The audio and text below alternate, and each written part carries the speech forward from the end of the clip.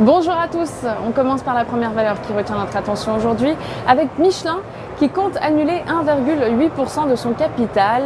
Le fabricant de pneumatiques a en effet annoncé sa décision d'annuler environ 3,35 millions de titres du groupe détenus en autocontrôle.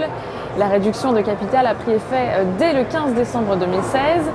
Pour rappel, la réduction du nombre de titres composant le capital d'un groupe accroît mécaniquement la part des bénéfices attribuables à chaque action et soutient la valeur en bourse. Les analystes de l'Obsa sont donc haussiers sur la valeur et visent des cibles à 107,60 € et 109,50 €. On enchaîne avec la deuxième valeur à suivre aujourd'hui avec Vivendi qui grimpe à 20% dans le capital de Mediaset.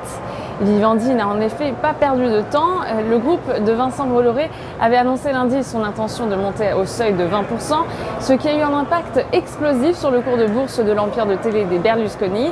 Le parquet de Milan a ouvert une enquête préliminaire contre X après la plainte de Fininvest, principal actionnaire de Mediaset, pour manipulation de cours en réaction à la montée de Vivendi au capital du groupe de médias italiens.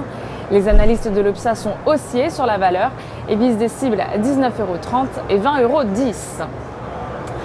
Place à la stratégie du jour à présent avec Danone. Graphiquement, le titre a franchi une ligne de tendance baissière en place depuis septembre 2016. Du côté des indicateurs techniques, les moyennes mobiles à 20 et 50 séances se retournent à la hausse, tandis que le RSI se situe en territoire positif sans être pour autant dans sa zone de surachat. Ainsi, tant que 59 € reste support, une poursuite de la hausse est attendue en direction des 63,90 € et des 67,40 €.